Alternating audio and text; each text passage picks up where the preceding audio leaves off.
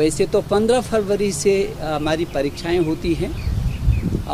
15 फरवरी से परीक्षा होकर के अप्रैल प्रथम सप्ताह तक ख़त्म होती हैं, लेकिन पीछे के समय में कठिनाई को देखते हुए हमने एक बार स्थगित किया और फिर 4 मई से और जून प्रथम सप्ताह तक के लिए हमने जो प्लान बनाया था। अभी वर्तमान की जो स्थितियां जो रही हैं, हमारे देश के प्रधानमंत्री जी ने आज एक तत्काल प्रभाव से एक बहुत उच्च स्तरीय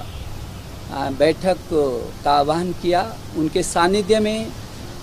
हम लोग आज बैठे और उनका जो मार्गदर्शन मिला छात्रों के हित में, क्योंकि हमारे लिए सबसे महत्वपूर्ण छात्र की सुरक्षा है और उसकी रक्षा है और उसके बाद उसका भविष्य। प्रधानमंत्री जी का विस्तार पूर्वक उनके साथ संवाद के बाद उच्च स्तरीय अधिकारियों की उपस्थिति में प्रधानमंत्री जी का जो मार्गदर्शन मिला है,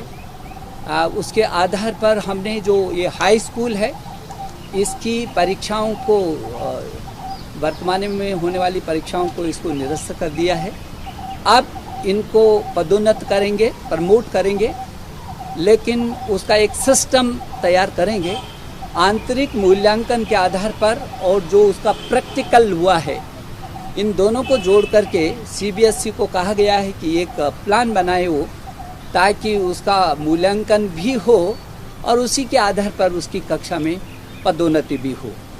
लेकिन यदि ऐसा लगता है कि किसी छात्र को आंतरिक मूल्यांकन और जो सिस्टम है उससे संतुष्टि नहीं है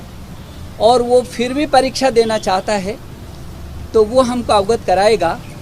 और सीबीएसई जब भी अनुरूप परिस्थितियाँ होंगी उसकी परीक्षा आयोजित की जाएगी। पिछली बार भी हमने यही बात कही थी। जहाँ तक इंटरमीडिएट का सवाल है, ये 12वीं की जो छात्र हैं इसको अभी स्थगित किया है। 31 मई तक इस परीक्षा को उनका स्थगित किया है। 1 जून को आगे की तिथियों को हम सुनिश्चित करेंगे कि कब उनकी परीक्षाओं को करना है। हमारी कोशिश है कि जब भी हम परीक्षाओं के लिए सीबीएसई तिथियों को सुनिश्चित करेगी तो 15 दिन का हम ज़रूर मौका छात्र छात्राओं को देंगे ताकि किसी प्रकार की उसमें भ्रम की स्थिति न बनी रहे। मैं देश के प्रधानमंत्री जी का बहुत आभारी हूँ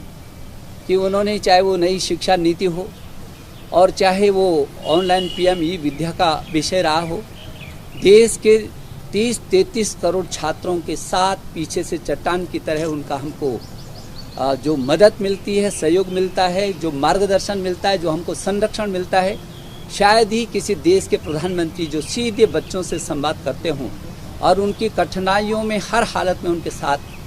पूरी ताकत के साथ खड़े नज़र आते हों। मैं अपने प्रधानमंत्री जी का इस अवसर पर मैं हृदय की पूरे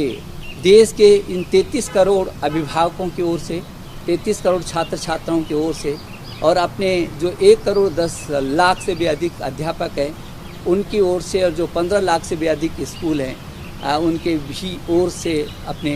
देश के प्रधानमंत्री का आभार प्रकट करता हूं कि ऐसे विषम परिस्थितियों में उन्होंने हमको मार्गदर्शन दिया। अब ये बच्चे की सुरक्षा भी होगी और निश्चित रूप में उसके भविष्य को भी हम अच्छे से संवार सकेंगे।